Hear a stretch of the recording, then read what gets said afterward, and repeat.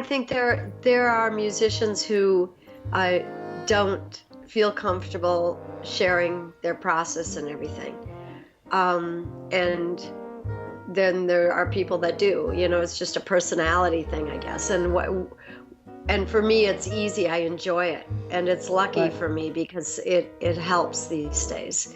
You well, we can talk about that, but these are crazy times to make a living being Sure. an artist. I really like that, and I think I gravitate towards people like that because I'm Well, very, very interested, and I would like to know as much about the process as possible, you know?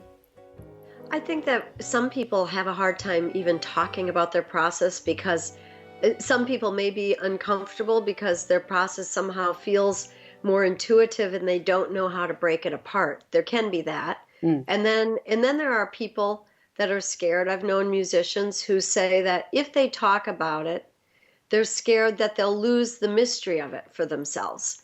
But for me, I think the opposite because I think that when you analyze what you do kind of intuitively and you understand it more and talking about it, sometimes like people who teach will say that Yeah. in talking about it, they illuminate it for themselves. You start understanding things that might be intuitive, and I think that can help you move to the next level of intuition. Right. So that your intuition, then you know more about yourself. Okay, I know that, and you understand more and more, and it lifts you. And as far as people stealing what you do, there's people that are scared of that too. If I tell people how I do it, they can do it. And I simply don't really believe that's possible to do effectively. That's very That true. it's people, you think about the first bebop players. Whoever played bebop better than the first bebop players, or whoever did, you really can't. And it's imitation is never really that effective. So and that isn't even something I'm thinking really about, but it is just a fact. Everybody has to find kind of their own way. You learn things from people, but you have to approach it in your own way. Otherwise, your music doesn't feel like yours somehow.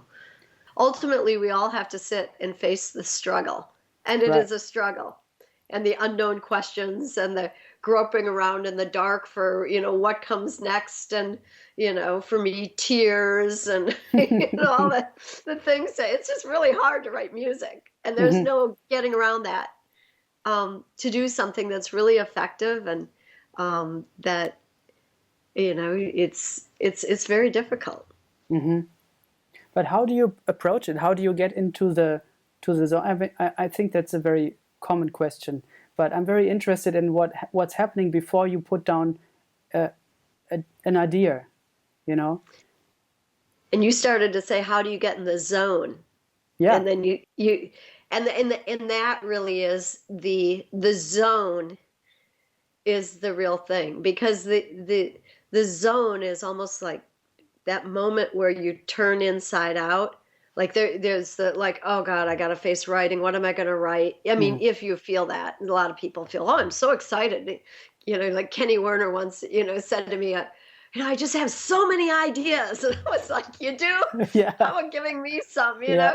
It's like, there's so many choices. I don't know what to put down. And for me, I have the opposite. It's like coming up with something that I feel is truly compelling.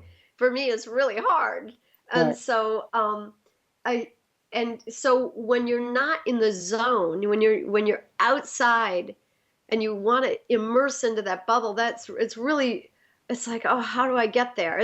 I always think it's like looking at a pool, and you're dry and you're warm, and you or a lake, and you everybody's having fun swimming, but you're like, oh well, the water's really cold. I don't really want to go in, Yeah. and I don't want to get wet, and then you get in, and it's like, oh, after you get used to it, first you're like, oh my God, it's so cold, and Yeah. then you get into it, and then you're like, oh, I don't want to leave. This is so amazing. Yeah. Getting in the zone is like that. You don't somehow there for me.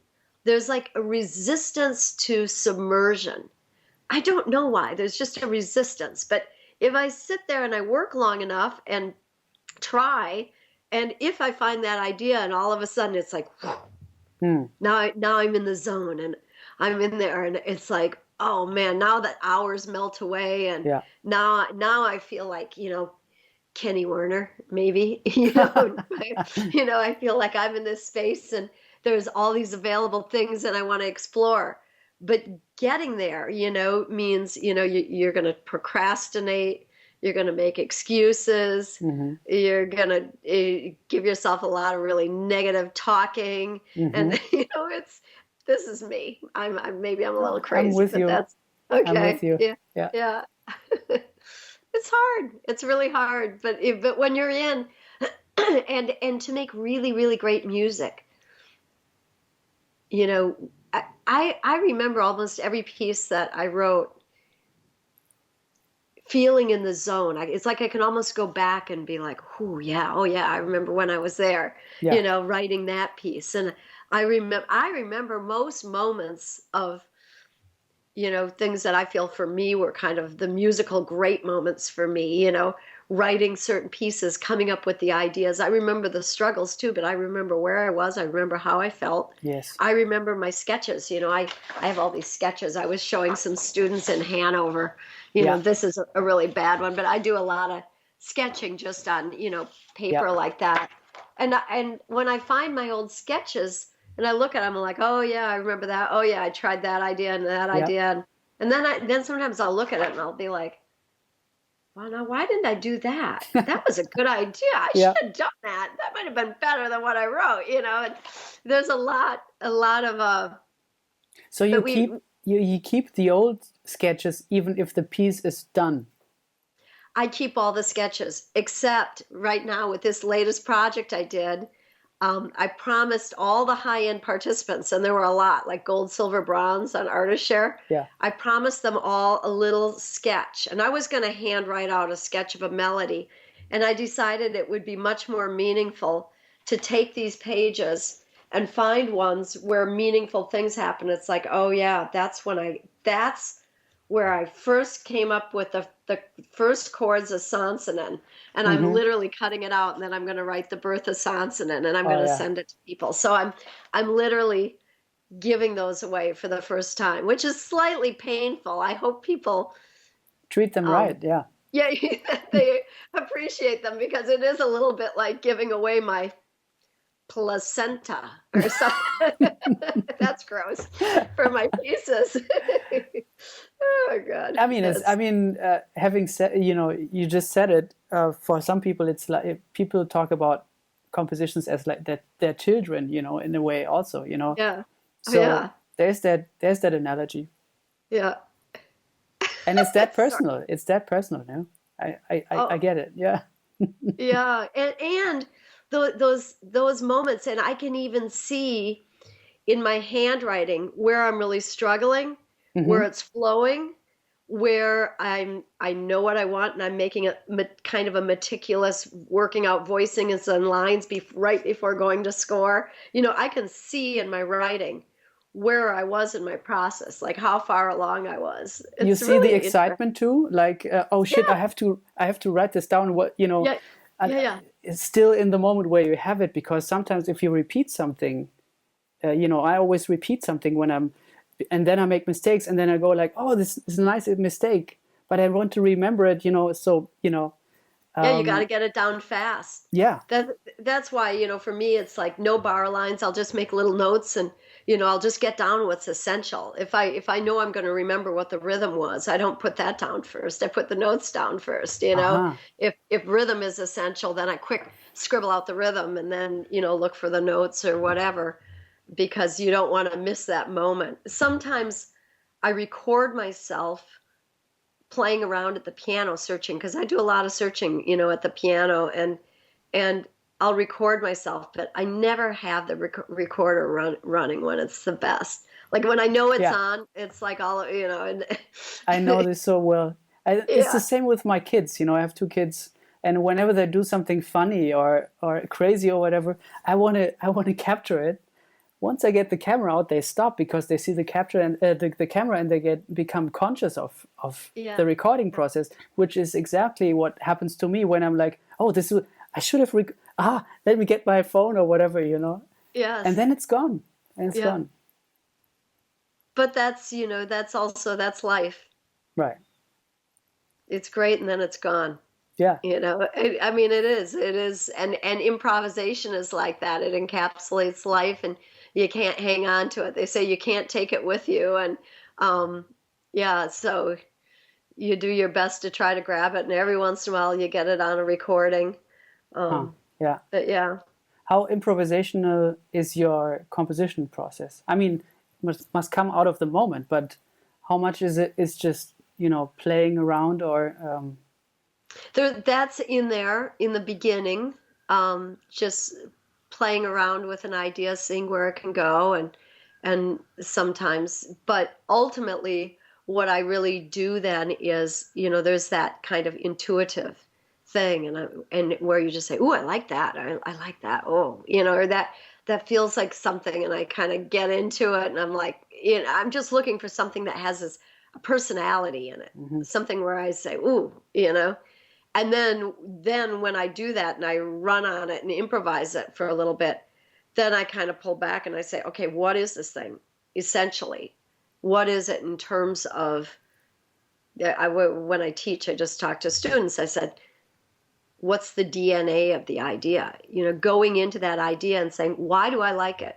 Yeah. Is it intervals? Is it contour? Is it a skip? Is it a tension between a line and the bottom? Is it sonority? Is it more a rhythmic thing? Is it a modal thing with Mm. a certain note on top? Is it a movement between two chords that has a shift in color, and a shift in density, and I try to really dig into it and say, what is the key ingredient to this thing that Mm. makes me love it? Because then now I have, if I can find that, now I have the building block to start experimenting with development and to start to see the bigger picture. Mm. And in finding that DNA, you assure yourself of a story that has continuity, and Right. it does make writing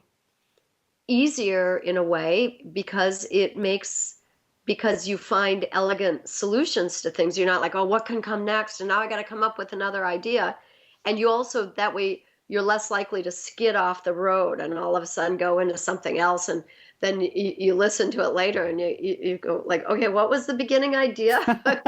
Where were you going here, Yeah. and so yeah, so there's the improvisation, but then there's the analysis, and then the theoretical development, and then sometimes that'll spark new ideas that then I go from there and I say, ooh, that makes me want to improvise off of that and see what that is. Mm. Then analyzing, pulling back, does it connect? And so it's really, for me, it's a very back and forth, and I can't say which part is more important. They're both equal.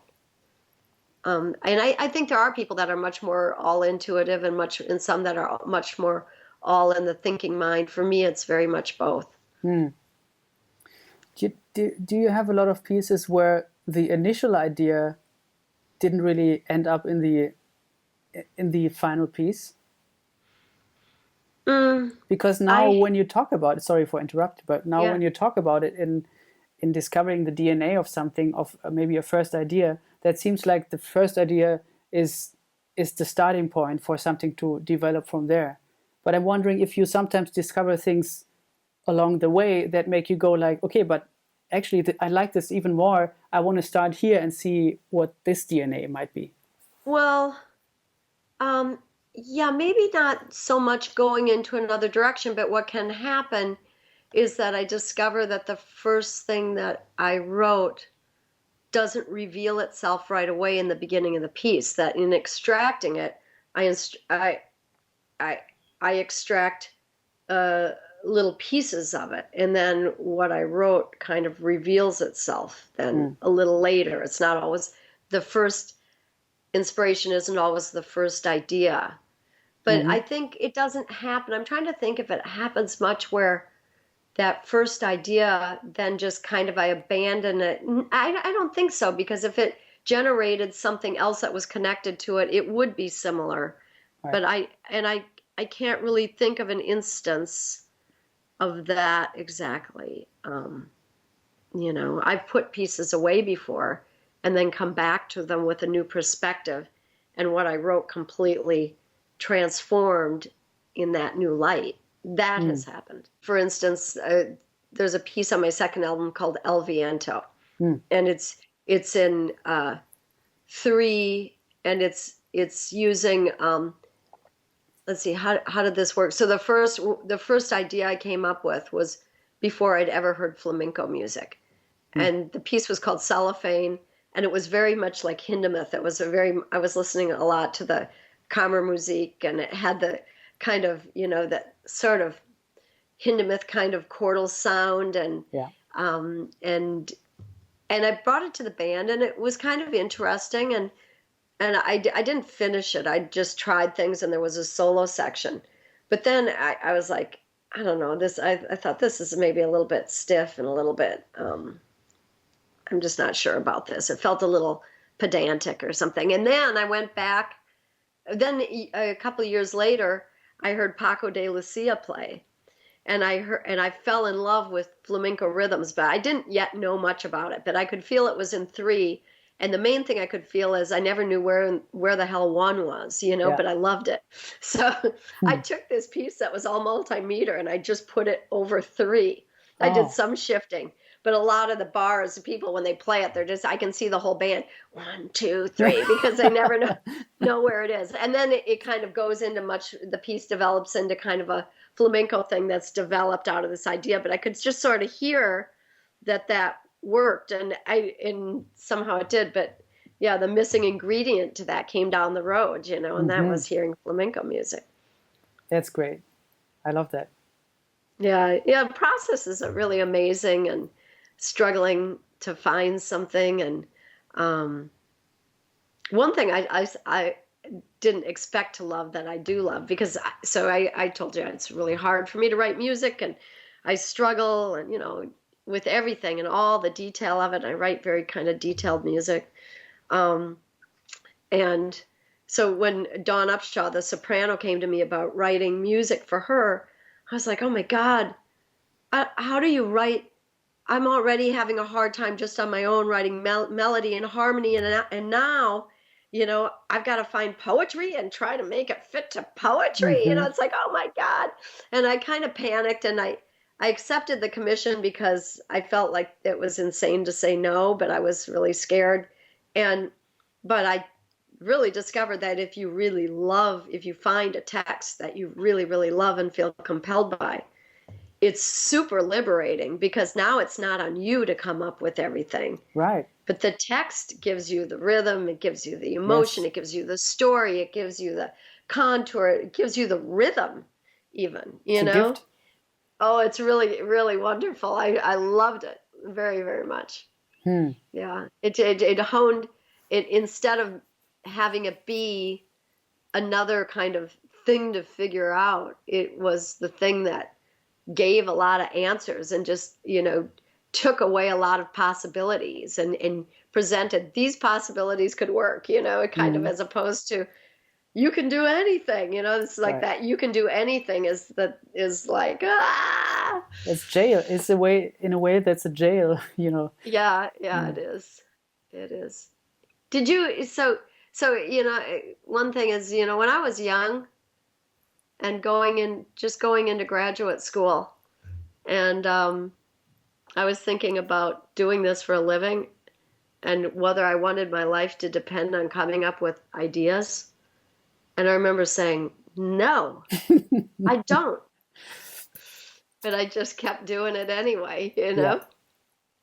Isn't that weird? And it's not like I'm doing something I didn't want to do, but it was kind of like, no. It's kind of like your life pushes you in a direction, and it's really hard, and it's hard, but you feel compelled to go there anyway, and you just can't, It's sort of like a fly flying to the light, and then it fries on the light bulb. It's the life of a musician. Are you already fried? I don't think so. Oh, I do feel very fried. I do. This year I feel really fried. You know, Ben Monder, who I know you know, Hmm. was very sweet. Sometimes when I really get in trouble, I talk to Ben. Hmm. And I said to him, I haven't written anything this year. I have nothing left. I think I'm done. And he said, Marie, you always go through this after a record, you know, Right. and it's true. And I always go back to the analogy, you know, because I'm from farming country in Minnesota. And I always think about, you know, that you can't farm a field constantly every single year and push it. And I want another crop and another crop and another crop. You have to let that field sit, you know, Hmm. out of season. And it has to, you know, have decaying matter revitalize the soil. Right. And It's a circle. Mm. it's a circle, and it's very scary as a creative person to face those periods. And I have gotten better at saying, okay, this has happened before every single time. Yep. But it was nice that Ben reminded me. But yeah, sometimes I feel fried, you know. I've mind, you know, it's the Yeah, but that's the difference, you know. You feel fried, but you actually aren't in a way. well, except I it's like mental illness, you know. Other people can say, you know, oh, you're just depressed, but if you feel depressed, you're in your universe You're of in it. depression. You're Sure. in it and you Yeah. can't see out of it. And for, you know, and so for, you know, when you feel fried, you know, other people can say, oh, you got more in you. I Yeah. know. You know, you always say that, but inside you're like, no. Yeah. Can't you I actually see? really feel, don't you Yeah. understand? I'm done. You know, and That's also so funny. You want the others to realize that you're done, actually. You want the yeah, others to see it with you. yeah. And then maybe when they see it, wow, she's really done. You're like, I am not Yeah, done. yeah. Maybe that's the secret intention behind it, you know? Yeah, might be for them to say, you can't be done, you know, or you are done. Really, you're done? Yeah. Well, that's probably a good idea. You know, I was really Yeah. sick of you too. You know, Yeah, I have the same thing though. I have, you know, in certain periods, I feel like I lost it. You know, it's gone. I can't write something more, or even play. Sometimes I feel like I've lost the things when I listen to maybe old recordings of mine. I can't play like that anymore. But then when I start thinking about it, I'm usually always realizing, but do you actually would like to be the guy again from 3 years back or whatever, or have yeah. the skill set from then, or Hmm. the experience set? I don't think so. I prefer this, you know, and it usually takes somebody like Ben, or you know, a friend to help you realize that, you know, it's not always going upwards. Sometimes it's just going like this, and then there's a next bump or whatever. Yeah.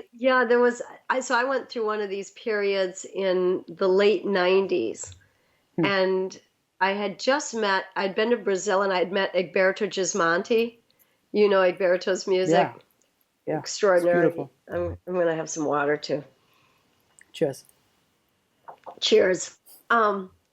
And so I I wrote to him, and you know, we were writing back and forth, and I said, oh, I feel like, you know, I just have nothing. You know, I was really feeling like it's just kind of over. I was feeling very, very dry musically. Um, and he suggested a book, and this book was amazing, and I keep meaning to reread it. So the book is called Finding Serenity in the Age of Anxiety, Mm. by Robert Gerson. Hmm. I don't know if you can see that. Yeah, I see Um, it. and let's see, he says, Robert Gerson provides genuine insights into the powers we all possess to transform our lives and embrace the boundless opportunities for positive change. Well, Hmm. for me, what it was, so he talks about in here, one of the things, there's a lot of different things he talks about in here that I loved, but one was the growth cycle. And he says, so he has 3 zones, and the middle zone that most people spend most of their time in is the comfort zone. But there's also the rejuvenation zone, and then there's the growth zone. And what happens is a lot of people get stuck in the comfort zone, and they hang out there. But in what he says is that in order to get to the growth zone, you have to face fear, because you can't grow and reach that level. What does he say of increased self-confidence? But you have to face the anxiety of doing something you've never done before, or trying to get to that thing. And then when you reach it, it's like, I did that. And then you get that feeling of, oh my gosh, I grew. But he said also what happens is a lot of people sit in that comfort zone and they get depressed because they're also not really resting, like truly resting, giving yourself the permission to do what we're talking about, to really, just to really, and let's see if there's any helpful words here that he has that I could use today. Out of rejuvenation zone, the desire for growth arises. And he talks about self-integration. I'll have to reread that because I don't really know what that means. But, and then he talks about different kinds of anxiety, like, the kind of healthy anxiety. But then there comes the anxiety from just sitting there and not really growing and not really, but there's natural anxiety, which would happen from, you're going to feel some anxiety if you're doing something you've never done before. Right. That's just a fact. And, but a lot of people also feel anxiety about truly relaxing. Me, because I feel like if I'm not doing something and if I'm not being productive, then, I'm wasting time, or whatever. So after I read this book, it really helped me. And and also Brazil helped me because in Brazil, I encountered all this music full of joy. My music was so dark and heavy and intense. And, it's like that jazz world of proving that it's like, it's serious, and it's heavy, man. That's heavy. That's deep, all these words that are like dense, and I go to Brazil and it's like, oh my God, beauty, joy, lightness, but depth at the same time. And I gave myself permission. I was like, wow, there isn't anything wrong with pretty. I can write pretty and embrace it. I can write beautiful. I can write joyful. And so I after that, I wrote a piece called Hang Gliding. That next album, actually, it's the album's called Allegresse. Allegresse means joy in French. And it's funny, and I didn't even realize when I wrote it, because I wrote that piece, Allegresse, right before going to Brazil. But most of that music on that album is either from the before, depressing, dark, feeling like I'm headed towards, struggle. There's a piece on there called Nocturne. Oh my God, it's just so insufferably brooding. And there's a piece called Dissolution that I wrote for a dance company, and that also is just so, brooding and kind of I don't know, maybe not a great way. It has some nice ideas. I like some things about it. But then on there is Hang Gliding and a piece called Journey Home and Sea of Tranquility. Those were all written after I went to Brazil. So that album is like the before and after Brazil, the before and after Egberto gave me this wonderful insight to this book. So anyway, you're touching on a lot of things that I wanted to talk to you about. And thanks for recommending that book. I'm going to check it out for sure. And I've gone through a similar kind of realization in the past 2 years or something, also through Brazilian music, actually discovering that everything that when we play, I wanted to everybody to understand how serious I am about this music by being serious. And thereby I'm not allowing a part of myself that is coming through when I'm talking with my friends or talking with you or playing with my kids or whatever. It's just the hanging out part, the relaxed part, just being a guy, regular guy, having fun. Somehow I was kind of opposed to that idea in my own music. And through Brazilian music, actually, I realized, and also I think through my kids, just having fun on stage and having also fun while writing and having that being a part of the written thing. It's not that I'm writing funny music now, but I had to realize that there's a place for that. And it actually helps to connect more with other people, maybe the guys in the band or the guys in the audience, without playing, just random music that is accessible for everybody or whatever. I'm not talking about that, but certain lightness that you also mentioned that was really something that I've missed before. And it feels so nice to welcome it into your music. Yeah, absolutely. But when I listened to your music, I never felt how you felt about it or how you described, pieces like Nocturne. I think, especially in Allegresse, the record has so many contrasts also going. That was really something That's that, why. Having gone through the hang gliding experience, I think the next song is Nocturne. I mean, I'm not sure if it's actually that sequence, but Yeah, but it was written in the opposite order. Nocturne is from the old brooding place, and hang gliding was from. But it's such a great contrast, And even within hang gliding, it's not all happiness, and it has, it has movement in there, and I love that piece. I mean, I love the whole record, but that's such a special piece. I was actually listening with my daughter before.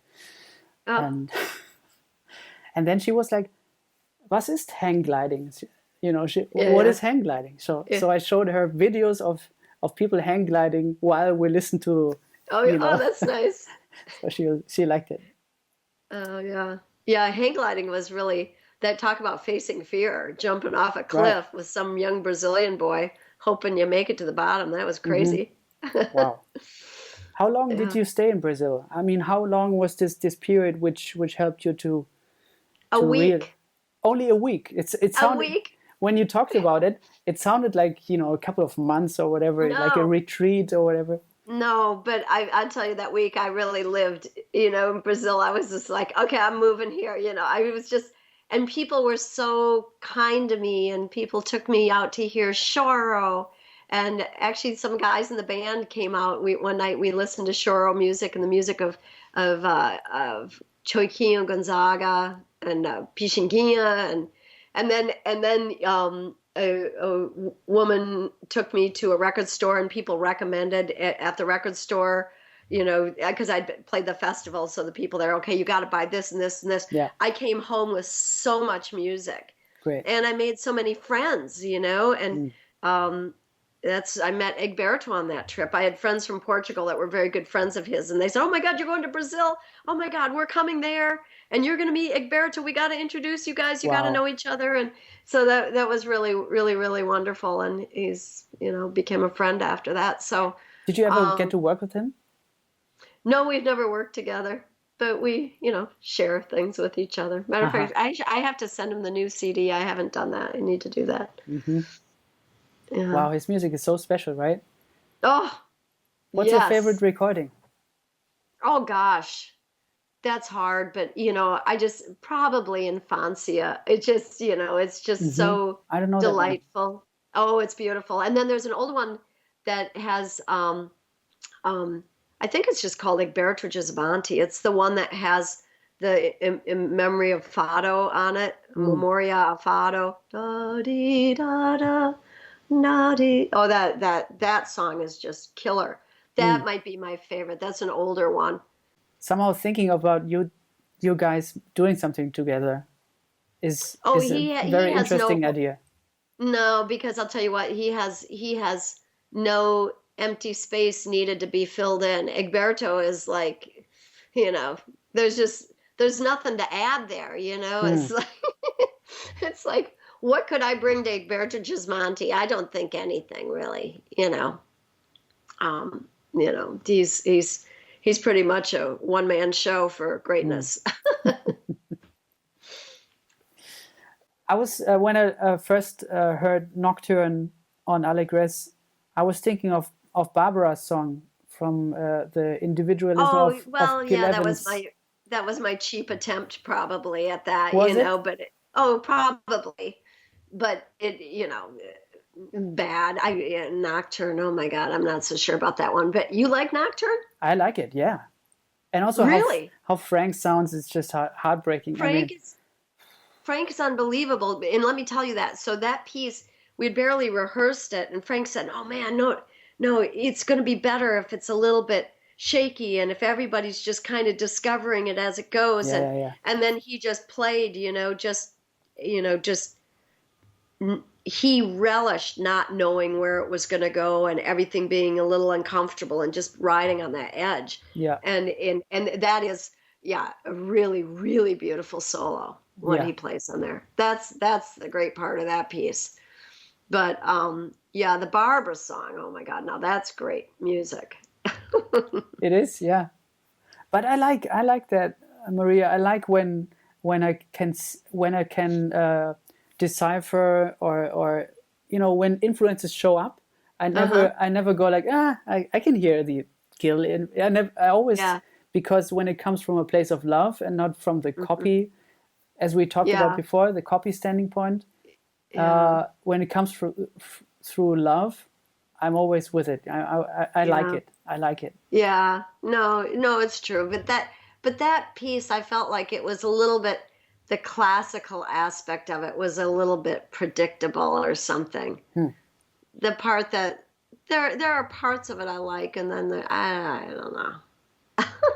I'm not trying to convince you, but I Yeah, love it. no, thank you, thank you. Something that you've talked about before is the DNA of a song, and that discovering it and analyzing it gives you continuity in the compositional process. And I feel that's very true when I listen to your music, because I was thinking about this, in the past days. I've listened to your music very intensively. It was really nice to, for one, revisit some albums that have been so important to me and during a certain time. Of course, I have been going back to them, but also Hmm. some of them belong to a certain time, and I Yeah. can tap into those feelings, to senses or whatever, from that. Hmm. It was nice. It was a time travel moment for me. And then How old are you? I'm 12 years. No, I'm 34 years old. Okay, you're young. Okay, so yeah. So Um, when I made my first album, Evanescence, we I recorded jo- that in 1992. So you were really yes, young. yes. That was, I think, one year later. I went to school the Hmm. first time. So, yeah, Wow. that's a great album too. I love that one. What I was going to say is that discovering the DNA gives you continuity. And when I listen to all this music now, and also the records that I hadn't known before checking them out, I often get the feeling that the composition takes on a life of its own and is working behind everything else that is going on. I don't know if I can make this point very clear, but there's a sense of when there's a solo, it's not really that template mode of, okay, here come the background, and now we're gonna Hmm. hear something, and then the solo gets swallowed up by all the written stuff. I feel like once the tune starts, it keeps on working, it keeps on living Hmm. in a very unpredictable way, That's good. Thank you. and I I feel like good that. about myself now. I do too. Because I want the piece to feel like a composition, not to feel like a tune for somebody to blow on and to show everything they've been practicing, but that they're improvising and improvising together with the music. And I think what I love so much about the band and what we've built together over the course of so many years is this common and it's not an ego thing, but it's like it's just this feeling that we're all coming to the same place. We're coming to this piece. It takes us a while that we all hear it and know it enough to know, okay, each person knows they can bring this thing to it. Their phrasing, their kind of chordal thing, or the the rhythmic thing with the drummer, or Jay with what he can bring in with the bass, and the soloist is trying to figure out, okay, where is this going, and how do, and I think the word I'm always thinking of, and I think they are, is how to make the next thing feel inevitable, how to make that piece feel like something that makes people go, Mm-hmm. makes them feel like, oh my God, it's hang gliding. It felt like I took that trip, so that for Donnie is, on tenor, well, he's playing it live now. It's Rick Margitz on the album. Yeah. But this thing of playing the solo, and of course he wants to play a great solo, and there's all these tenor players sitting there that want to hear Donnie unleash his amazingness at them.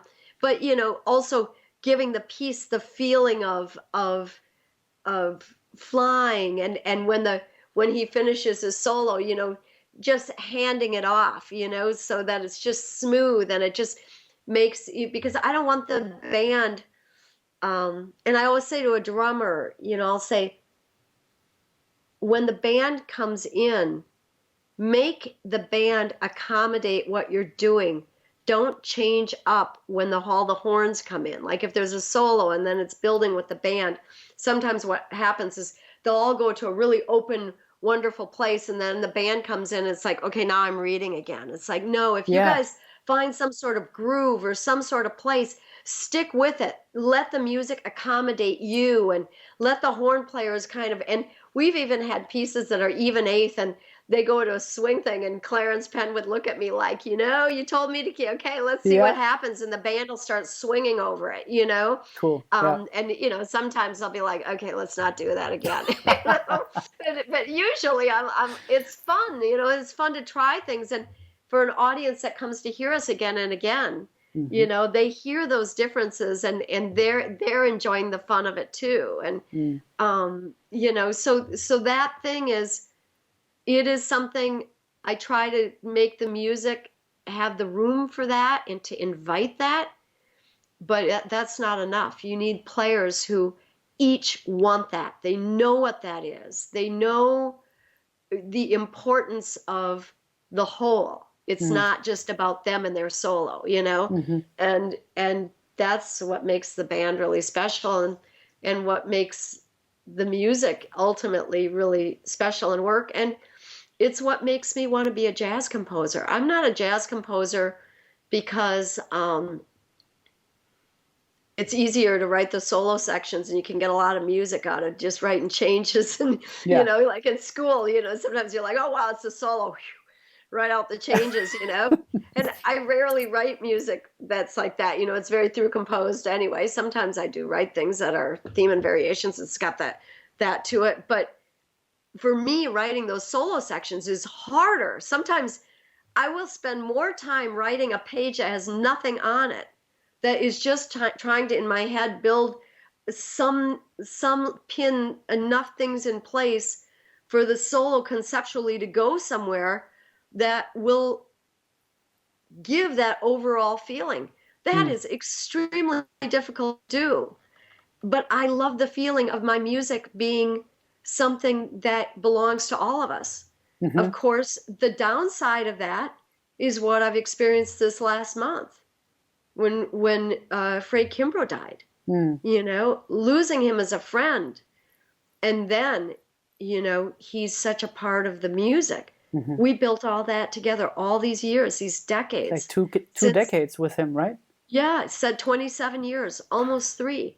Wow. Right, he came in right after we did Evanescence. So from there on, he made the music his own. He was so generous with his time and talking about things. Sometimes he'd come over here, we'd play through things, talk about where this could go, what could happen, what you could play, what might be possible. And, and then feeling him go to places that made me, in later years, bring a lot of freedom into my music, because I knew that I could entrust him to go places, It's going and to they take would care be of it. and yeah, it would be fun if it was that open, because it leaves the room for them all to go someplace that's really their own and really have fun. Mm. But there's a trust factor that they know the context and they know the limits, and they don't want to lose that. Mm-hmm. It's like, oh my God. So it's like, it's talk about composing, we were saying at the beginning, things go away. What was it we were talking about? And I said, well, everything goes away. What was it we were talking about at the very, very beginning? Remember? Oh, Maria, you're putting me on the spot. But I can't remember. At the very beginning, we said something, and I said, well, everything ends, or everything finishes, I think, or Yeah, I or remember you saying that, but I remember the context. well, so most composers, their music is there and it sits there, Mm. and you die and other people can play it. And yes, I will die and other people can play my music.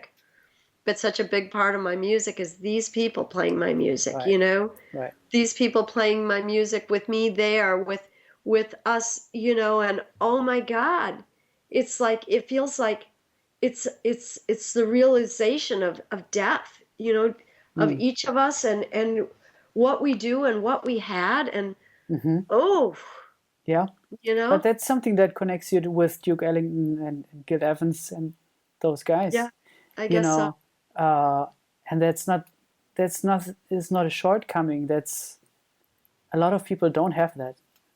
It's painful though. It's painful to Sure. do. It's like I guess you're right. I didn't really think of it that way, but you are right. Yeah, not that many people play Gil Evans music. Ryan Truesdell does it a lot now, and Yes. he's found a way to do it, but and it's really beautiful, but He needed Frank though too, He needed yeah, Frank too for it. yeah, yeah, And yeah, I've heard him.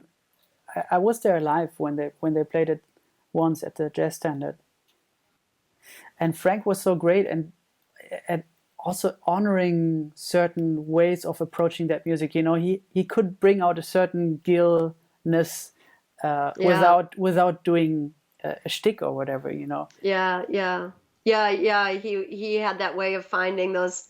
Well, so years ago when we were at Visiones, I was the one who introduced. It's really fun when you introduce a musician, a great musician, to music that they didn't know, and it really changes their Oh life. yeah, And I introduced Frank to the individualism of Gil Evans, that album, and so he started hearing that, and the minor chords with the flat five yeah, next to the fifth below, and the minor ninth interval, and yeah, and those things I could start to hear those things come out of Frank's playing yeah. that weren't there before, Hmm. um, and Wow. yeah, yeah, and then we found around the same time because I had worked with Pooh Matsubumi Kikuchi through Gil, and he had done an album called Tethered Moon. It's all Yeah, with Gary Peacock and Paul Motion. You know that yeah. album? Hmm. That's a beauty. Yes. All the Kurt Weill songs. That thing is But amazing. also Tosca is nice when Oh they yeah, did Tosca, and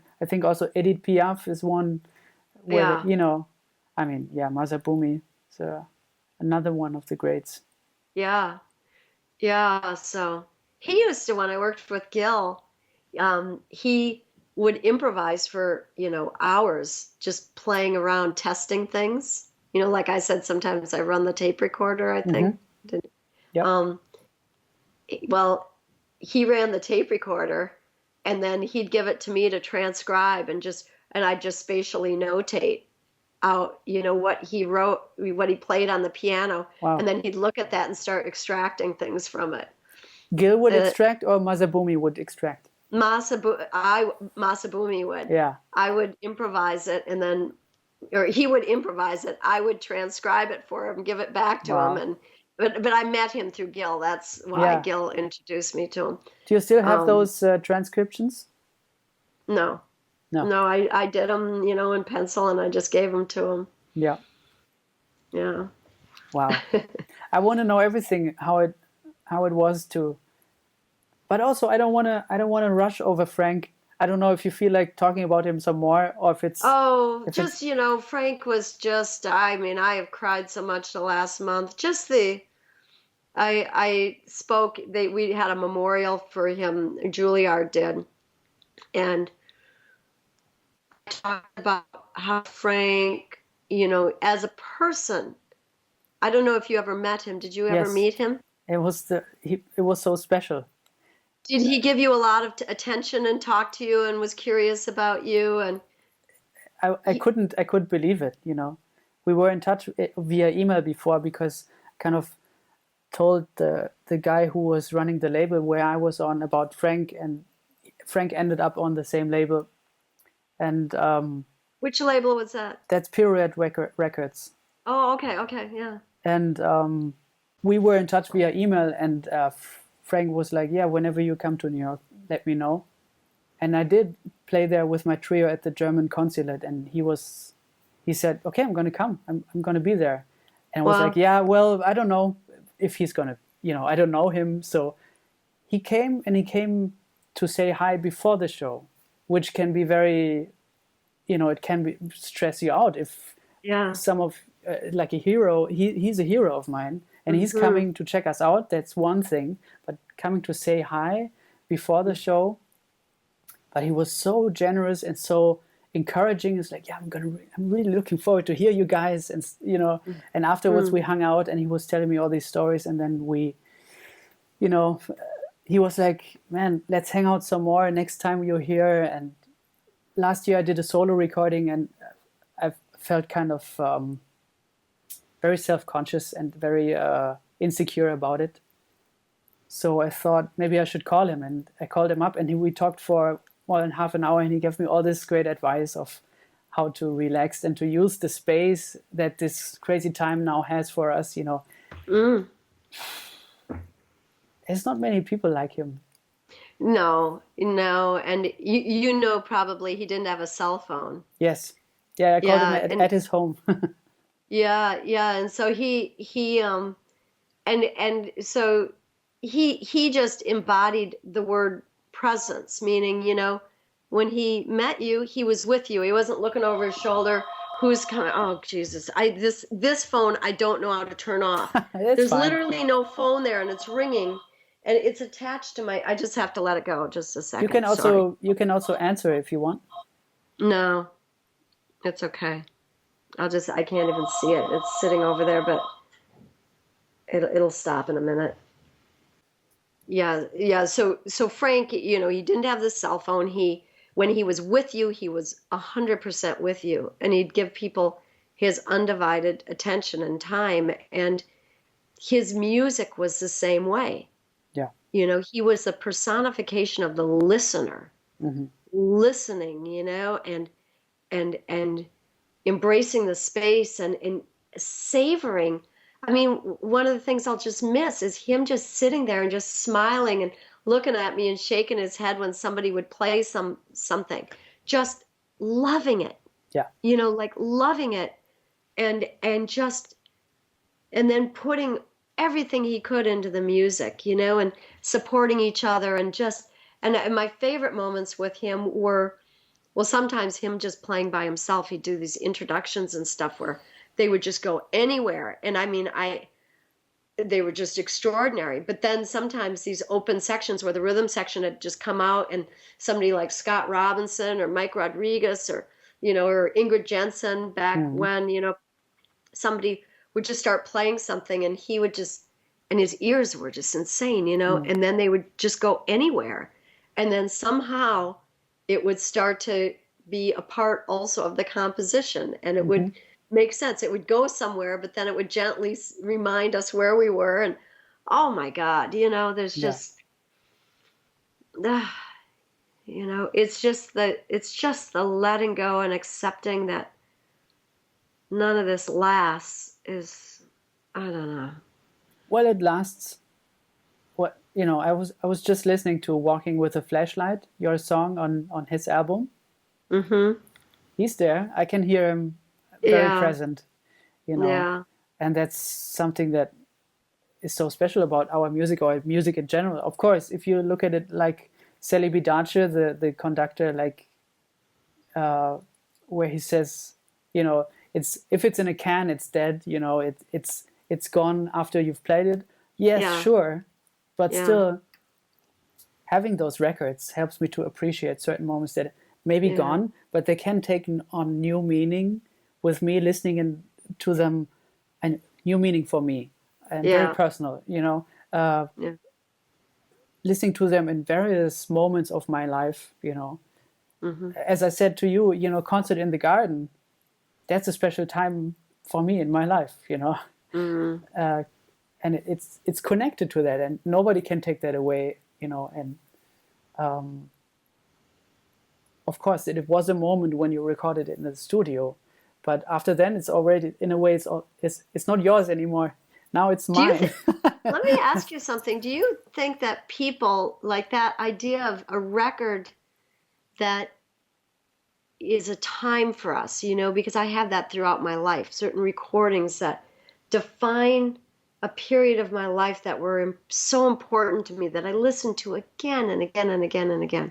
Yeah. Is that happening less for you now? I think it's happening less for most people now. Because of the streaming thing? Yeah, just the inundation of so much music. Yeah, through stream, the availability of everything all the time. Mm. Yeah, maybe it is that the because you can listen to everything and anything, the exclusivity of I got this record, I love it, I'm going to savor it, Yeah. having a finite amount of things that you listen to, and then somebody maybe turns you on to something and you get it, as opposed to, oh yeah, you hear this, yeah, I'll find it on Spotify, oh yeah, it's Yeah, not yeah, there, yeah. oh yeah, you listen to a little, I Yes. think I don't know if people have a music for their time like what you just described. I don't know if that's happening to people much anymore. What do Well, you think? I can only speak for myself in that way, and I think it has gotten a little bit less like that. But also, I feel, and with the stuff that I really like, I'm gonna play it for a lot of times. I'm gonna rerun the CD, or the file if it's a file or whatever. I'm gonna go back because that's just how I want to soak it all in. I need to do that. So with the records that really really get to me, I'm gonna do that still.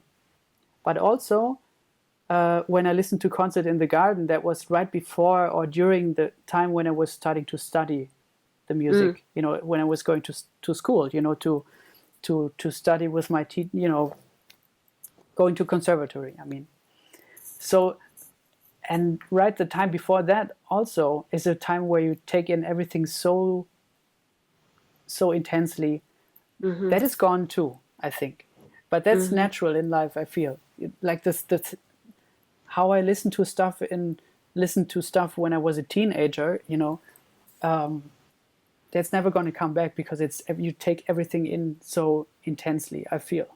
I'm not trying to sound super wise or old or whatever now. Yeah, Because it could be, but I think there's more distractions now. It kind of started around the time of Concert in the Garden, but now there's so many things to distract. Sometimes when I go to schools, I'll ask students about it, and they tell me that if they listen to LPs, they stop and just take it in. yes, They lay down and just listen to it as an experience. But if they're streaming music and everything like that, not so much. It's that's more true. like they're walking somewhere or whatever. That there's something about that physical medium of the LP that just makes them say, okay, this is an event. I'm taking it out, I'm putting it on, I'm giving it my space, my time. Right. That's true. But also I remember when I had my first MP3 player, and it could contain, I think, 30 songs. And so I was coming, when I was a little boy, I would take the LPs out of the record collection of my parents, look at the cover and do exactly what you were talking about. And I would still do that as a teenager, but then also the technical side. So I think I have all of the experience still. Yes. Yeah. I have to say, those things that were on my first MP3 player, I know them inside and out, and I can turn them out without the MP3 player now, because I really feel strongly about that time when you want to know everything. And Yes. that's something that I really want to, that's why I do the interview series, to also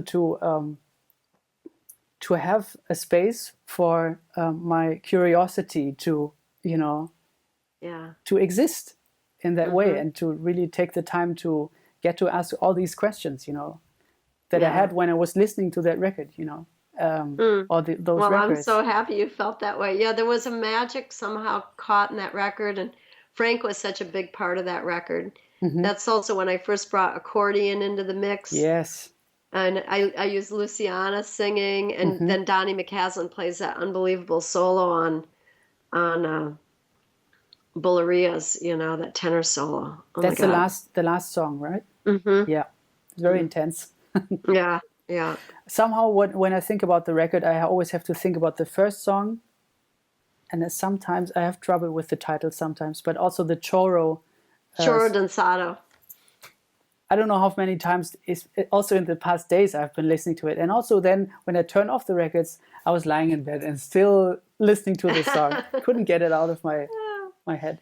Mm. I was curious, Maria, when I see you conduct a band, I have very vivid memories of you conducting the WDR big band at Cologne Philharmonic Hall. I think that was maybe 2006 or 2005.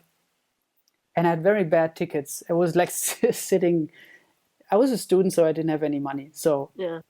I think I got the cheapest tickets for 10 euros or something. So I was in the last row, but I could see you, um, conduct with your whole body through dance in a way. Yeah. And I was talking to my friend who is a saxophone player, and he worked with you in some kind of youth big band, and also with the NDR big band playing he was subbing.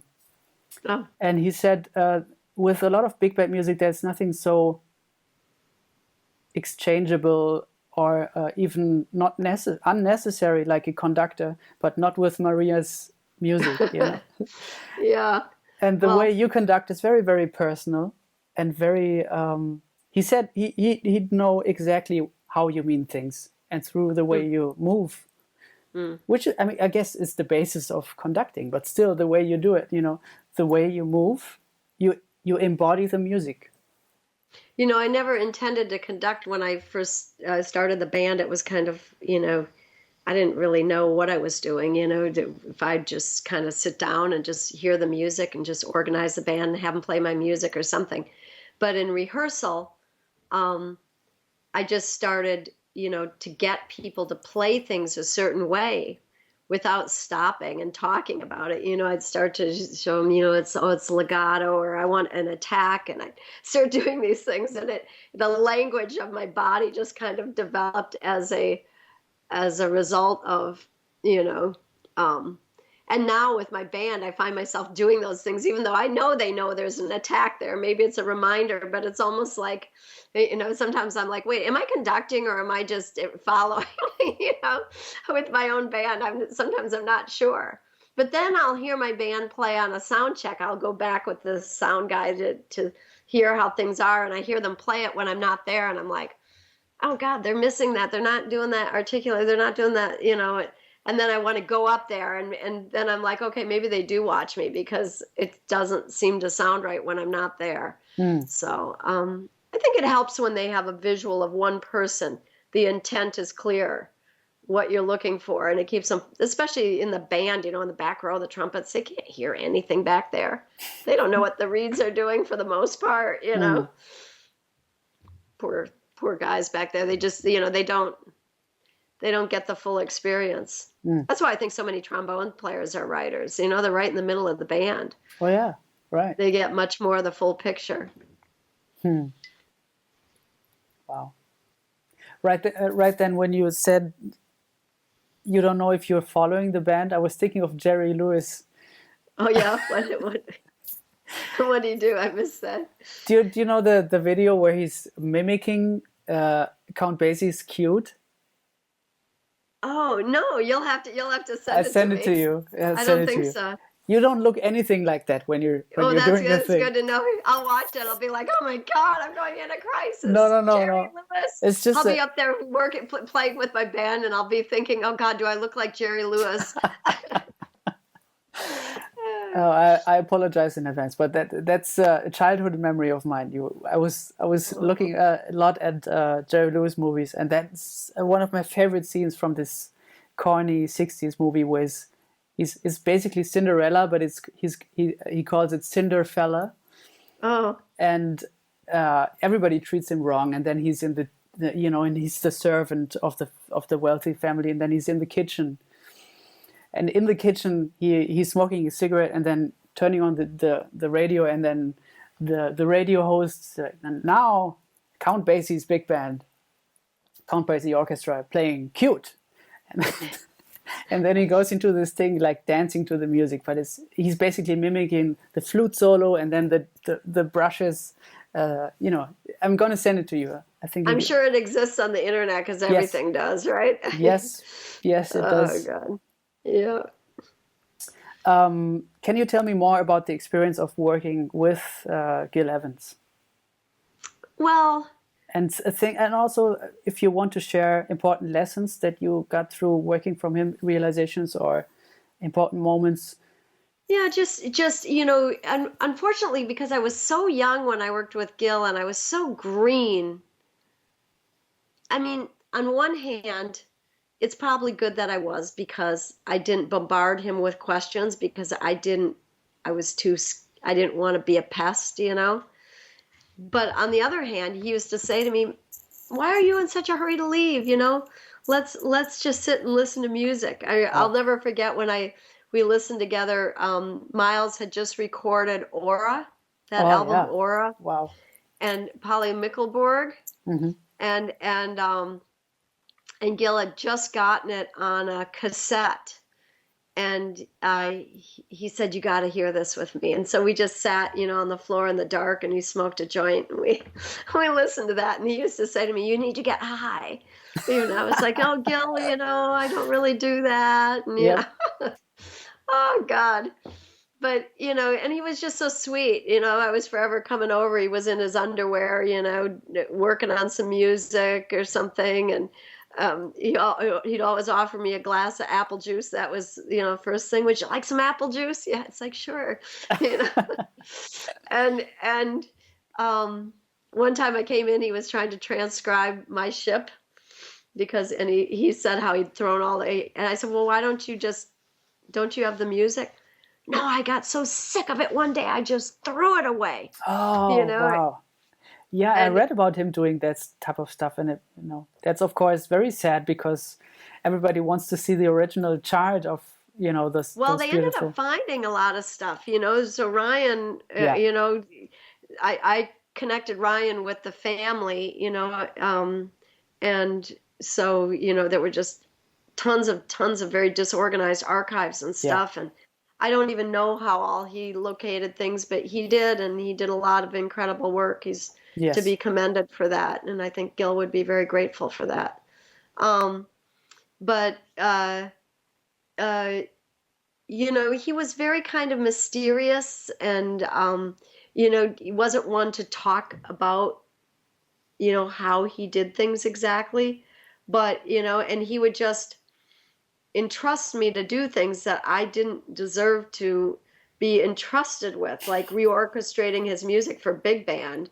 Wow. And and taking things he'd written for outer instrumentations and orchestrating them. And the one most memorable moment I have is one where I did it, and all the horns, I made all the horns go to their powerful, comfortable range, in this passage that built, and then the trumpets, went just textbook. I wrote it like I learned in college, with the trombones. You have the lead bone going up to maybe like an F or a G or something, and the low one down, and the third wherever. And I voiced it like he had it voiced, and the trumpets and saxes.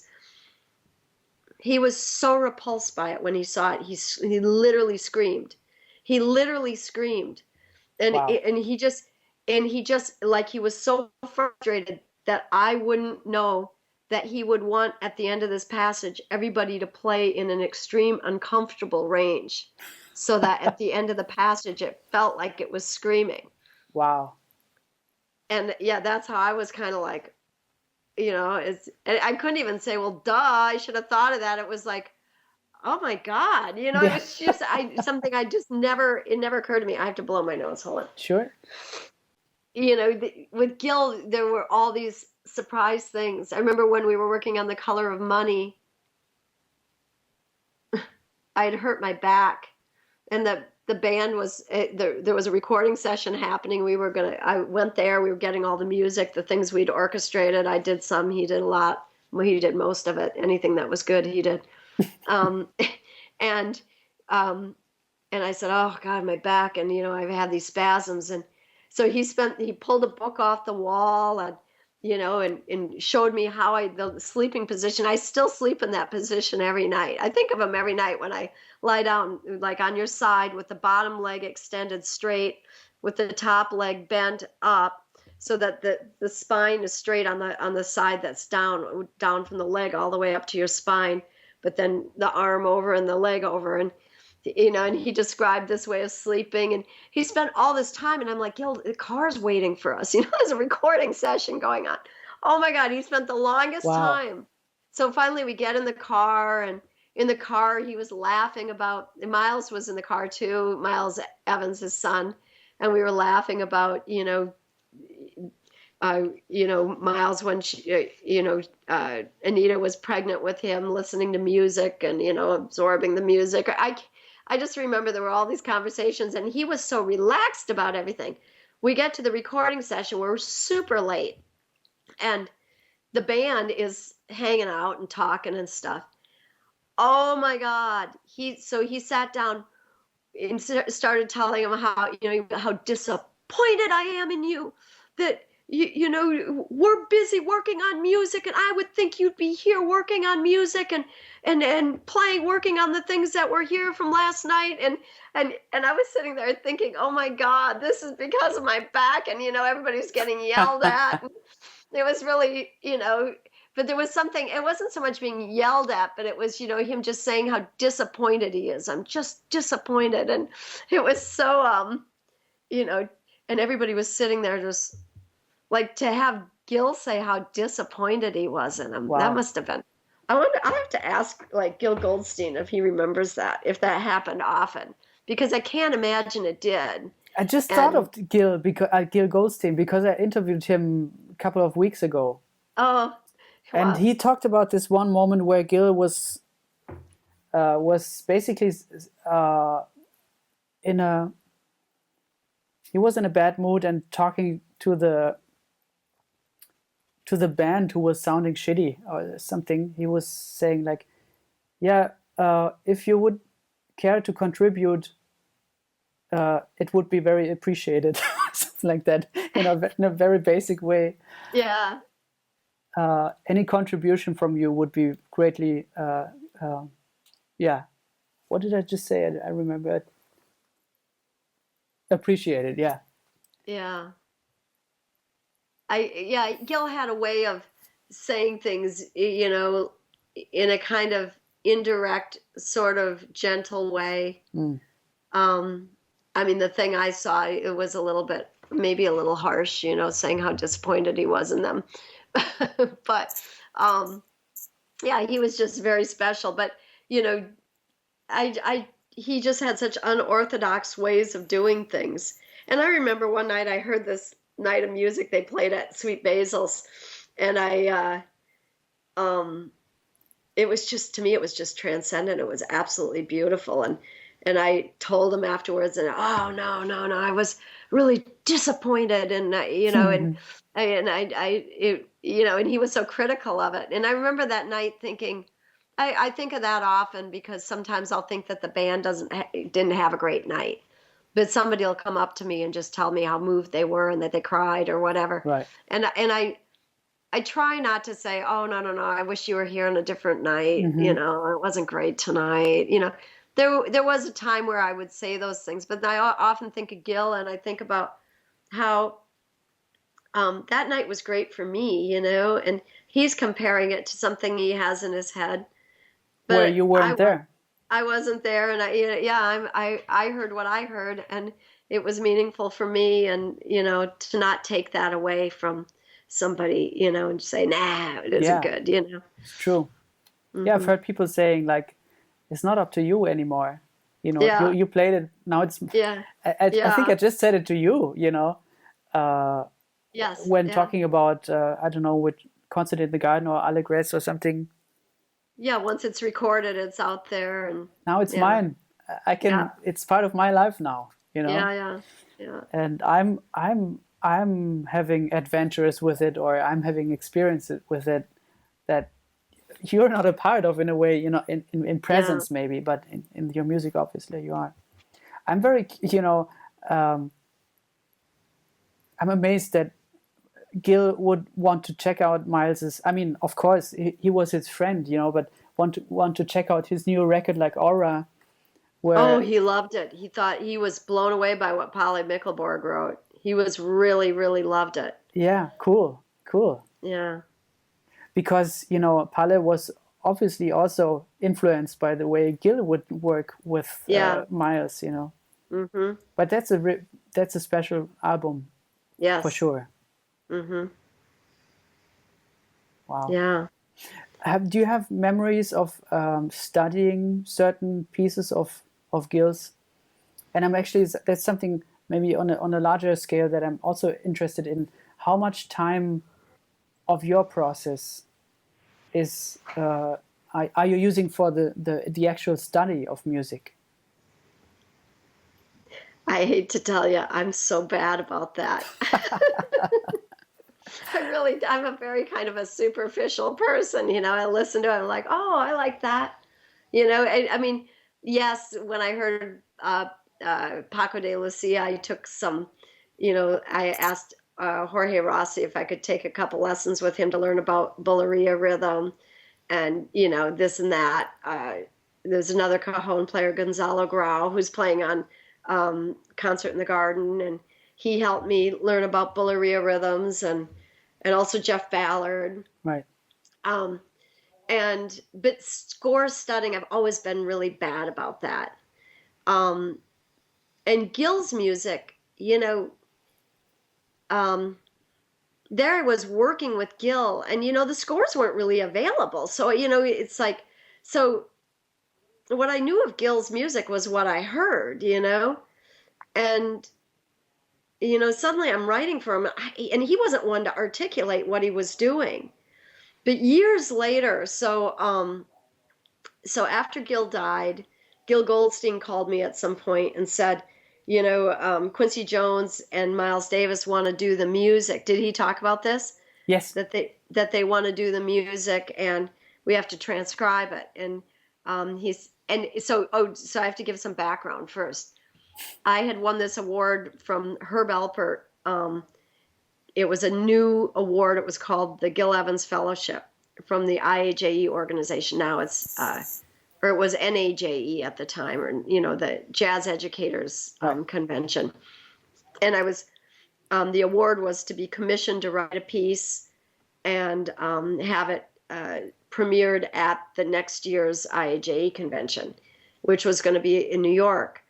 And I won the award. It was after Gil had died.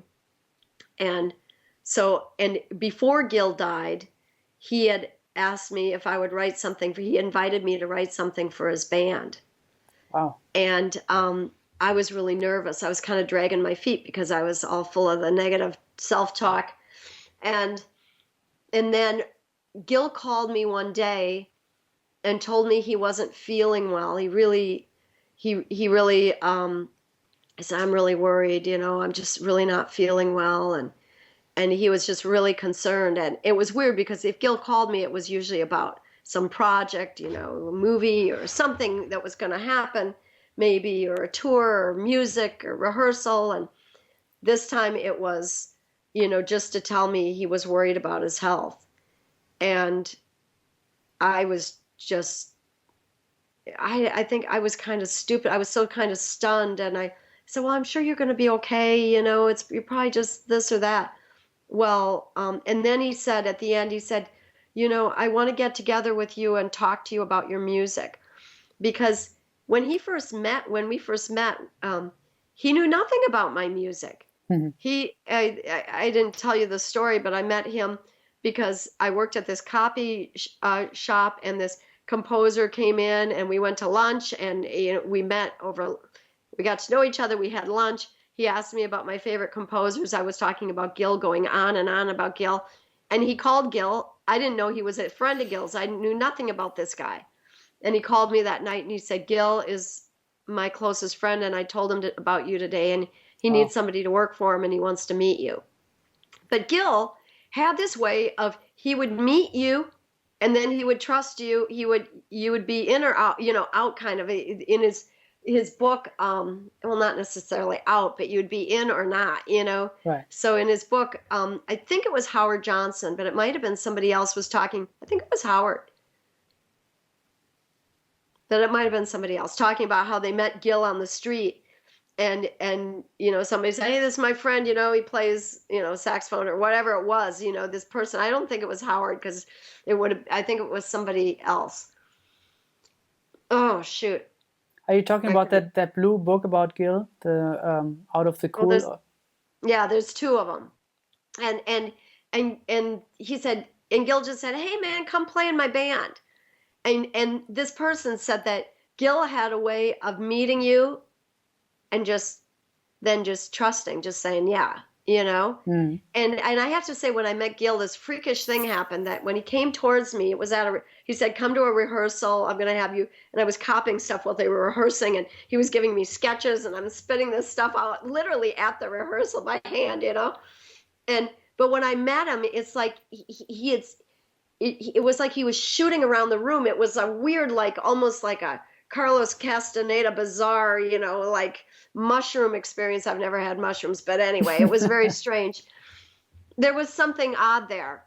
I can say that. And also I had seen myself being an assistant to him years before, and I'm not like a super like woohoo person. Yep. No, well, there's been a few weird things, but very isolated, but that was one of them. And even though I registered it and remembered it, it wasn't like I was saying, well, it's destiny, I'm going to be working with Gil Evans. No, it wasn't that. Matter of fact, I called him once for a lesson, and I got so freaked out when the answering machine picked up, I hung up and decided I would never call him again. So it wasn't like, I was trying to build my destiny, but then it happened in this freakish way, 8 million people in New York, and somehow that happens, Sure. So I'm working with Gil, and we talk about music all the time, but I didn't say, would you listen to this? He knew really very little about my music. Then at one point he asked me for a tape, and I gave him a tape, and he made a nice comment about it or whatever. But then in this phone call, he said, I want to get together with you and talk about your music. I have some ideas. Wow. And then he went to Mexico and he died. So it never happened. So now flash forward, I'm doing this Herb Alpert. Can I interrupt you? Yeah. I'm curious. You must have fantasized what he wanted to tell you, right? Of course you wonder what he was going to tell you. Yeah. I was so devastated he died, and I was just so like, oh my God, and berating myself for not asking him more questions all along the way, but feeling like I just never wanted to be a pest. And, and here he was saying, why are you always in such a rush to leave? Well, I don't want to bother you, know. Yeah, it's like, why, did I do that? I'm so dumb, but then I was like, well, if I had been different, maybe he wouldn't have wanted me around, Yep. Maybe it's better. It's like you want the person around who's not like, all over you, So anyway, so when I get this commission, this award, to write something in Gil's name, I was just like, oh my God, what do I write? And I didn't get my comments from him. And I literally was sitting there and literally saying, Gil, would you sit next to me and help me? When the phone rings and it's Gil Goldstein.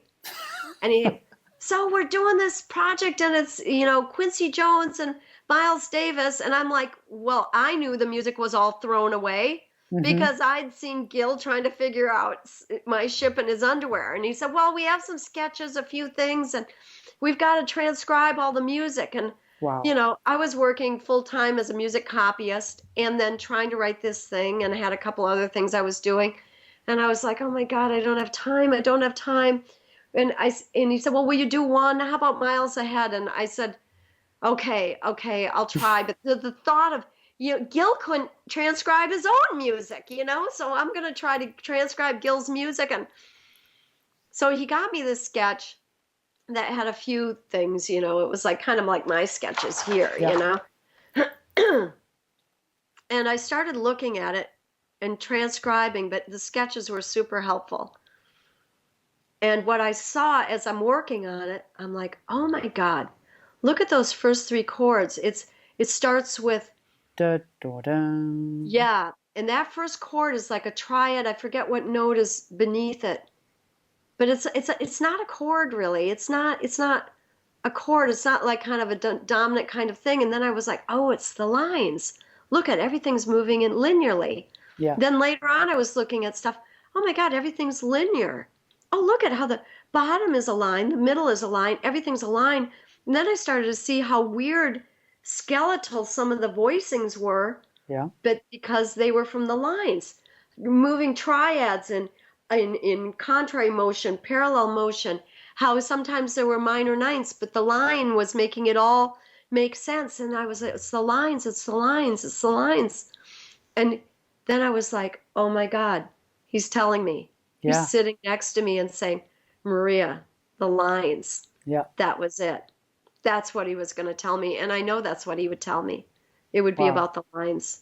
I mean, I'm sure there would be other things, many other things, but I know that was it.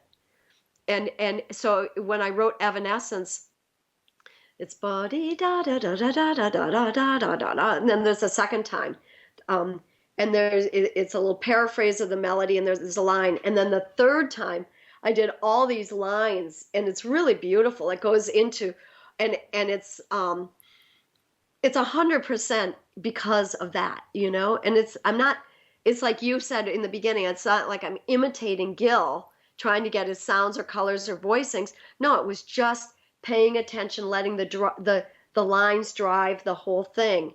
Yeah. And then out of letting the lines drive the whole thing, all of a sudden sonorities started to appear.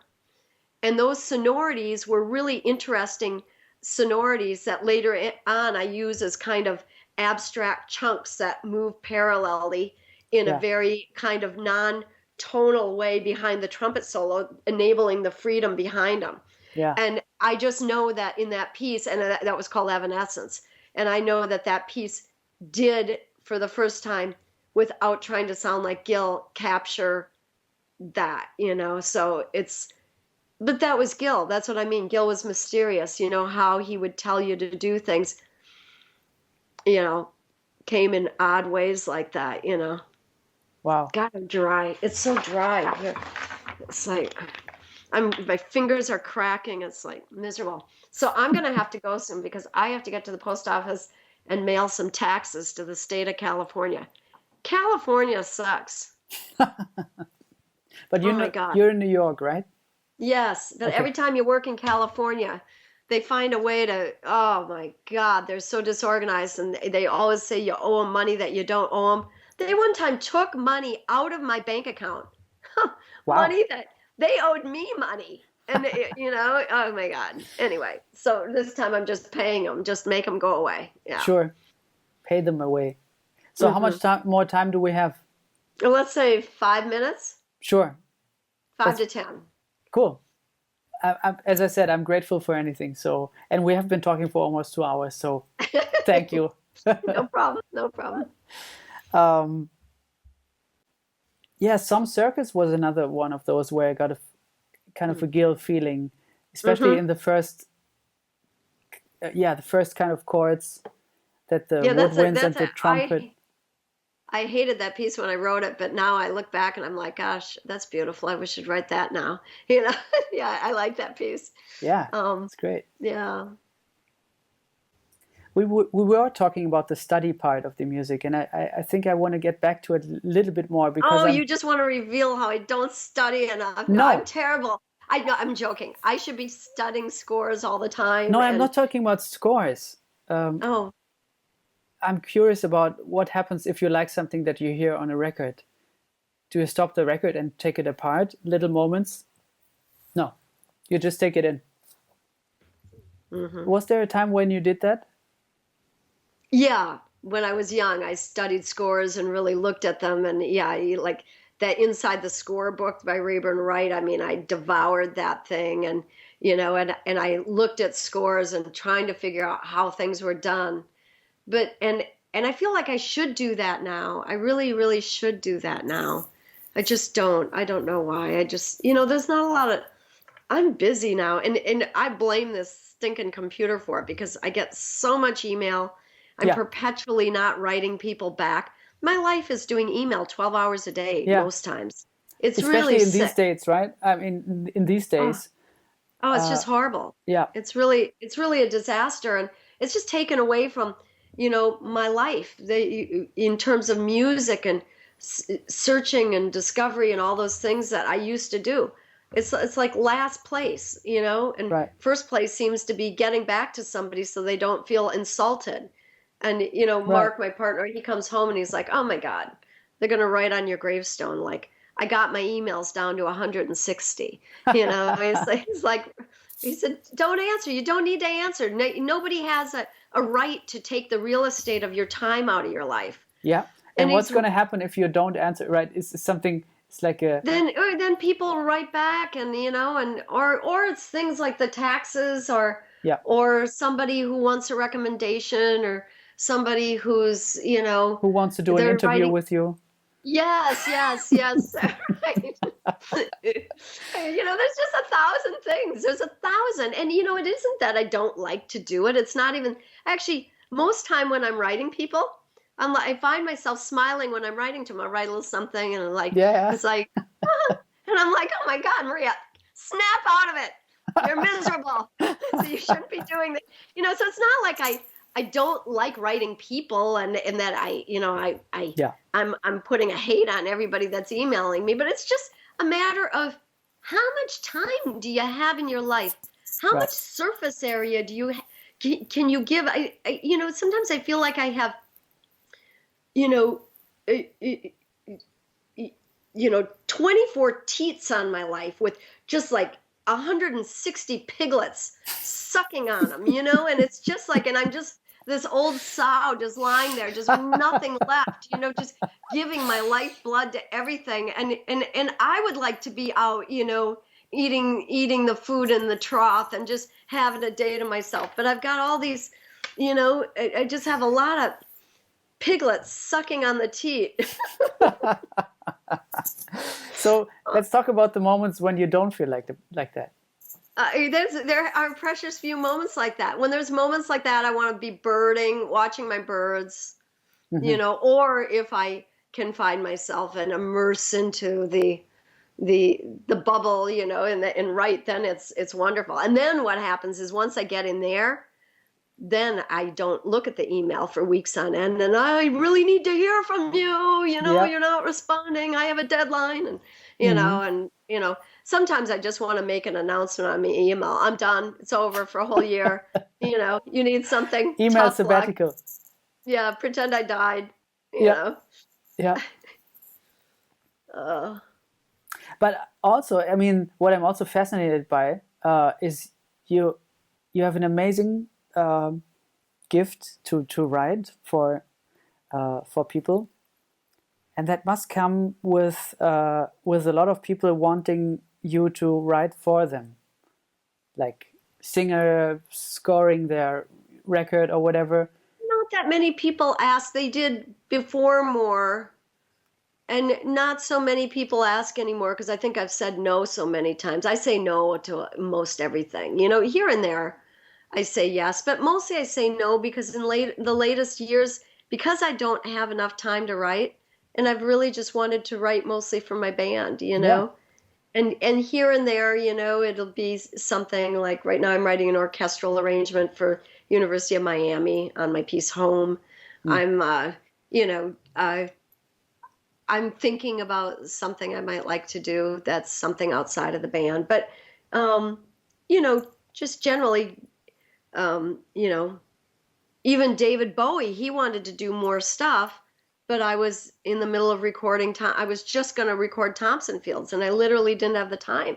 Right. So if you have to say no to David Bowie, it's like, oh my God, it's kind of ridiculous. But I did have to. I had it all scheduled, for a year, So, yeah. Yeah, but I felt like also, I mean, I didn't know you before, but to me, when I looked at your discography, it felt like very much on purpose, like focusing on your own stuff, and It that is. must take a lot of guts also to say in a business like this, I'm going to do my own stuff and not much else.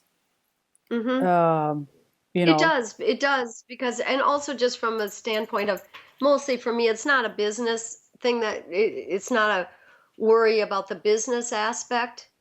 Um, and I'll tell you why in a moment. But for me, it's more a matter of disappointing people. I hate disappointing people. That's just really hard. That's a female thing. It's like you want to be all things to all people all the right? time. I think men have an easier time just saying no. Maybe I'm wrong, and maybe it depends Mm, on people. But that's kind of a problem. And I also think being a female is part of the reason more people come to me for things, mm-hmm. because they expect that the female is going to be, Is more giving, yeah, giving and receptive, and that makes me more like the female sow with 160 piglets on my teats. But I was going to say something before that. I said I'll come back to that. And just what did I say just a second ago? Just a second ago, we said, you're what was not your question? concerned. You're not concerned with the business side Oh, so the much. business. That's why. Yeah. So from a business standpoint, um, it actually, the best business thing for me is writing for my own group, because I sell the music on my website. I conduct the music with other groups. And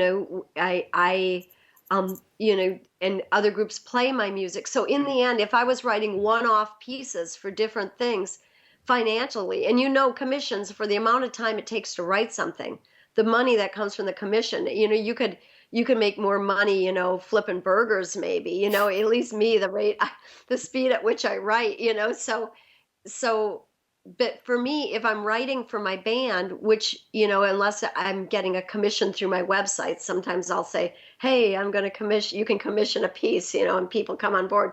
But like my last record, almost all that music, I didn't even want the pressure of that. I just wanted to Mm, write for my own band. But it does financially turn into something. And there is a message in that, and that is that if you stick to your guns and if you do what you do with full attention and care and love and devotion and work hard at it, mm. there's a built-in value to that, to sometimes that in real dollars, in real dollars. Right. Yeah. And key to that too has been maintaining ownership of my work, Mm.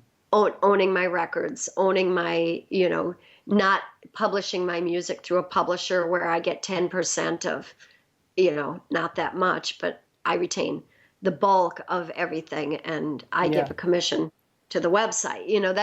That's a very different thing, and so that's enabled me to make a living doing this. Mm-hmm. Yeah, that's great. I was wondering about another thing, which is, do you sometimes feel, and I think we've touched on that before a little bit. Do you sometimes feel like writing a small piece? I mean, like a couple of bars, maybe, like a small Well, group piece. a small group piece. Yeah, maybe here and there. I've done small versions of some of my pieces. Um, Sometimes inspired by other people that did it. Like Norma Winston did hang gliding. Have you heard that version, I haven't Among the heard. Clouds? No, I haven't. Oh, you have. It's really beautiful. It's called Among the Clouds. Oh, great! I'm gonna It's check. on ECM. Which album is this? Oh, I can't remember. But if you look up Among the Clouds, Norma Winston, you'll Yeah, I find will. it. She wrote words to it. It's really beautiful Yeah, how they she's did that. amazing. Yeah. She is. And Torben Waldorf did Choro Danzado, Mm-hmm. and on an album that's really, he did that. It's really beautiful. Was it? Well, there's a few people that have done Choro and, small group versions of things. But But on my last album, some of the pieces are shorter than they've been, they've been Mm-hmm. a little simpler and shorter. And so, yeah, maybe I'll get simpler and shorter. Mm. I don't know. It's just I was just thinking about it that by focusing so much on your own group and writing for that, that must mean, and we've touched also on that before, like that there's maybe sometimes a more, how should I say this, but oh, I have to write another piece means, a lot of work, a big Yes, thing. yeah, it's And I was yeah, thinking epic, about yeah. Carla Bley sometimes writing 3 bars, and that's it. That's the piece, Mm-hmm. Obviously, she didn't really write for. I mean, she wrote for bigger ensembles as well, but still, sometimes that is something that actually helps me start the process because I don't feel overwhelmed by the, The you know, dauntingness of it. yeah, like oh, this is gonna be all this work, you know. Yeah. Um, Well, yeah, I don't usually go in. Well, sometimes I go in thinking it's going to be all this work, but usually I'm just looking for anything, just something. If I can come up with this much of a good idea, that's the hard part. It's hard developing it into a piece, but coming up with the idea, ooh, you know, yeah, that's I don't know if it's necessary. Well, yes, it's probably easier in a way to write a short piece and you say that's it, but making those 3 bars really significant that it's really something that matters enough to exist as 3 bars, yeah. That's that can be heavy too. another story. It's true. Yeah. There's a wonderful pottery story. Sometimes I'll tell the students where, and I don't know what book it's in. It's in one of these books on my shelves. I don't know. Anyway, this woman, she taught pottery, and she had 2 classes, and she, as an experiment, she told one class, okay, this semester you're all going to just have to make 1 pot. You're going to turn 1 pot, and you're graded on the quality of that work, but you have the whole semester to just do that 1 work. And then the other class, she said, this semester you're going to be graded on quantity. Yeah. I'm not even going to look at the quality. I don't care how bad they are. I want numbers. And you bring in every week, you show me the numbers that you've made. We'll count them. And at the end, you're graded according to how much you got done. And what she discovered is the ones that went for the quantity, she said, generally were happier. Many of the pieces had a freedom to them and an artistry to them that was quite amazing. And that out of the class that went for the perfection, she said some of the people couldn't even complete it. They were so crushed underneath the pressure of it. And she said the results of some of them were kind of stiff and overwrought and stuff. So, it's an interesting thing to try to find that balance between the freedom and getting it out there, and then the perfection and trying to make it right, and trying to find navigate between, the whole psychological trauma of all the different, obstacles you hit going between those worlds, and, and whatever little voices you give yourself. It's pretty amazing, what we do to ourselves. Sometimes I look at my band and I just I know the struggles so many of them have had, or the self-doubts, or the working and the trying, or the, and it's unbelievable if I look at that and I say, God, this music, look at what they did. Mm-hmm. And if I was to put the emotional toll into a box, it would be like, that would be a heavy box, what artists do to themselves. It's shocking. Absolutely. Yeah. It's a great way to end, maybe. Yeah. Well, thank you so much. Leave with the struggle. Yeah. I think we began with the struggle and we end with the struggle. We're back at it. Just never ends. Yes. Well, it's really a joy to talk with you. It was really fun. Oh, same here. And it means the world to me that you accepted to talk to me and shared some of your process. That's so inspiring, and thank you so much for all your music and for talking to me. Thank you. Yeah, I have to say I enjoyed reading. I think it was a dictated one that you did with Frank Kimbrough. It was maybe a longer time ago. That was really beautiful. I read a lot of really you checked it interesting out? things. Oh, cool. Oh, yeah. Yeah, I like that. Yeah, it was really great. Thank I you felt so like much. I learned things about Frank there, so a lot. Oh, wow.